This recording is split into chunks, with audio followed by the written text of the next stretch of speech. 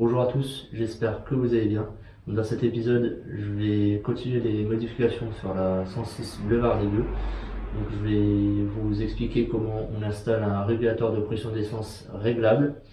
Et par la même occasion, je vais en profiter pour vous expliquer dans quel but je modifie ce véhicule. Et je pense que ça va en intéresser certains. Ok, go, c'est parti, je vous prends avec moi et puis je vous explique tout ça. Alors aujourd'hui c'est un peu spécial parce que je vais qu'expliquer, je ne vais pas faire de mécanique. Donc le régulateur je l'ai posé ici, c'est une patte que j'ai récupérée d'un ancien régulateur que j'avais monté sur une 106 que j'avais. Je suis parti sur un régulateur de pression d'essence euh, que j'ai trouvé sur AliExpress. Donc c'est un fake Tomei. Voilà, bon, c'est pas un vrai Tomei. Bon, c'est écrit Tomei, voilà, mais c'est pas un vrai Tomei. Mais bon, moi je m'en fous. C'est pour l'instant c'est étanche. J'ai pas à m'en plaindre. Et puis vu la qualité de fabrication, je pense que ça devrait durer dans le temps. Donc pour le montage d'un régulateur comme celui-ci sur une injection, c'est ultra simple. Donc vous avez l'arrivée de carburant qui est ici. Vous avez le retour juste en bas. Alors, j'arriverai pas à vous montrer. Voilà, c'est là où il y a mes doigts. Donc le retour juste en bas et vous avez une dépression ici. Donc j'ai remis l'arrivée et le retour d'origine pour éviter de casser la pompe qui est dedans actuellement, qui est dans le réservoir actuellement. Du coup voilà. Donc pour les réglages, c'est tout simple. Vous avez une tige filetée ici. Enfin, c'est plus une vis en fait. Vous avez un contre-écrou. Il faut débloquer le contre-écrou. Plus vous vissez la vis, plus vous augmentez la pression. Plus vous la dévissez, plus vous diminuez la pression. Et ensuite, faut pas oublier de rebloquer l'écrou ici pour éviter que la vis se desserre toute seule. Donc, pour le régulateur, arrivée, sortie. Et puis mano ici, dépression qui se repique sur le collecteur d'admission. Maintenant je vais passer au niveau du bloc injection. Donc vous prenez l'arrivée ici, et ce sera l'arrivée, il n'y a pas de modification à faire dessus. Donc vous prenez une durite, vous prenez sur l'arrivée ici et l'arrivée au niveau du bloc monopoint. Ensuite, pour la sortie, là, ça va être différent. Au lieu de prendre une durite et de repartir vers le réservoir comme c'est d'origine, hein, et ben, vous prenez la sortie du bloc monopoint, vous allez jusqu'à l'arrivée du régulateur. Et ensuite, la sortie du régulateur va vers le réservoir, le retour réservoir. À l'intérieur du monopoint, à l'intérieur de l'unité d'injection, vous avez le régulateur de pression d'essence d'origine. Donc du coup, je vous ai enlevé toute l'admission d'air. Ici, c'est le régulateur de pression d'essence qui a d'origine. Vous retirez les 3 vis qu'il y a là. Ensuite, il faut enlever cette capsule. Donc vous prenez un maillet et vous tapez dessus. C'est très très fortement collé, hein. Essayez pas de prendre une pince ou autre chose, hein. Même un tournevis, vous allez tout défoncer, ça sert à rien.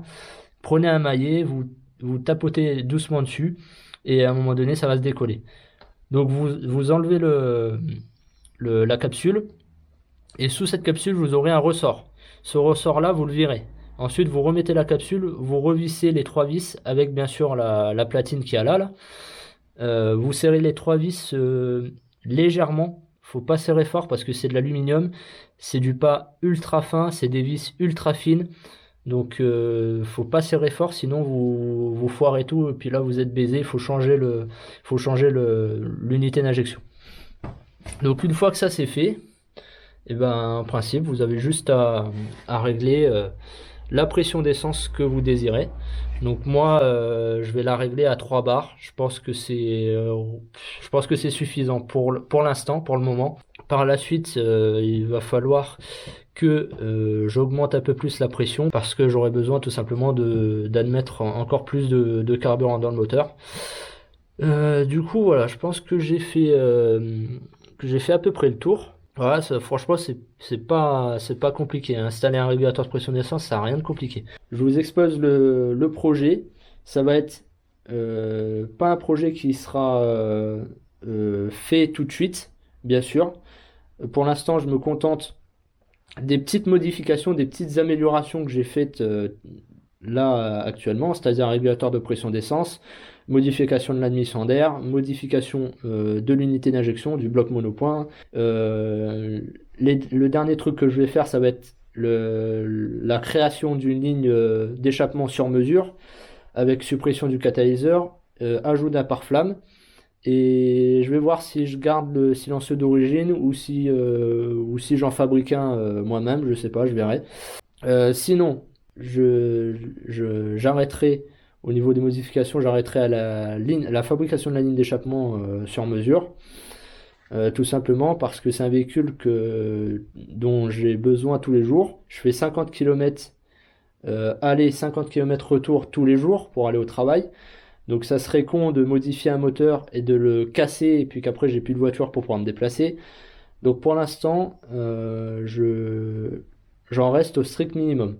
Une fois que j'aurai bien avancé sur la 100NX GTI, je chercherai un autre véhicule, une bagnole pourrave, hein, une 306, une 206, je m'en fous, mais un véhicule qui roule dont il n'y a pas besoin de faire trop de travaux dessus. La 106, elle sera dans un garage, pas celui où est la 100NX GTI actuellement, mais un nouveau garage que je devrais avoir normalement en février 2022.